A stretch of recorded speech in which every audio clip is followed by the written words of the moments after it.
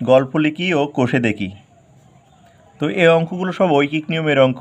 এই অঙ্কগুলো করতে গেলে তোমাদের একটি জিনিস মনে রাখতে হবে, সেটি হলো যখন একটির দাম দেওয়া রয়েছে, আমি 4টির দাম হিসাব করব, এক থেকে যখন অনেকগুলোর দাম বের করব তখন সেটা গুণ হবে। আর অনেকগুলো দাম দেওয়া রয়েছে, সেখান থেকে আমি একটির দাম বের করব, তাহলে এটা ভাগ করতে হবে। তো দেখো, অঙ্কগুলো আমি খাতায় তুলে নিয়েছি, খাতা থেকে আমি বুঝিয়ে দিচ্ছি, আর গল্পটা আমি স্ক্রিনে দিয়ে দেব, তোমরা তুলে নেবে। তো প্রথম অঙ্কটি রয়েছে পুতুলের সংখ্যা একটি আর দাম হচ্ছে 25। মানে একটি পুতুলের দাম যদি 25 টাকা হয়, 4টি পুতুলের দাম কত হবে? তাহলে এটা এভাবে লিখে নেবে, একটি পুতুলের দাম 25 টাকা, তাহলে 4টি পুতুলের দাম হবে 25 গুণ 4। তো 4 25 গুণ করলে 100 টাকা। এরপর 2 দাগে রয়েছে রং পেন্সিলের বাক্স, আর এপাশে রয়েছে রং পেন্সিলের সংখ্যা।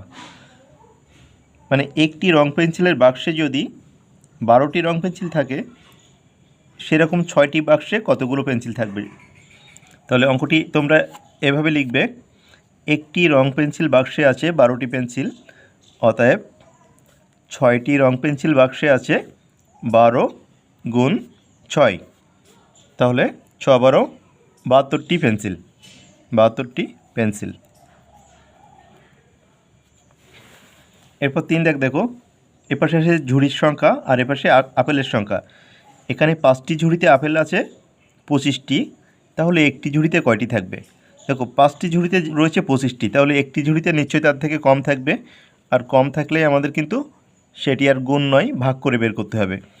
তাহলে এটি লিখবে এইভাবে, 5টি ঝুড়িতে মোট আপেল আছে 25টি, অতএব একটি ঝুড়িতে মোট আপেল আছে 25 ভাগ এই 5, আর 25কে 5 দিয়ে ভাগ করলে 5 5 25, 5টি। এরপর 4 দাগ, এখানে রয়েছে খাবার জলের বোতল টি, আর জলের পরিমাণ এটা আছে লিটারে।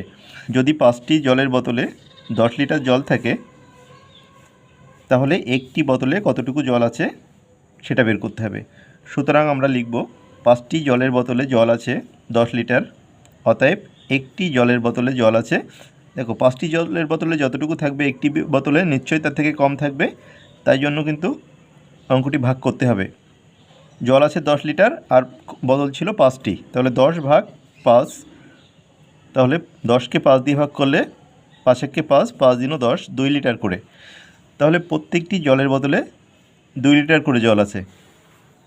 আর শেষের অঙ্কটি দেখো, আমার জামার সংখ্যা এখানে টি আর বোতামের সংখ্যাও টি।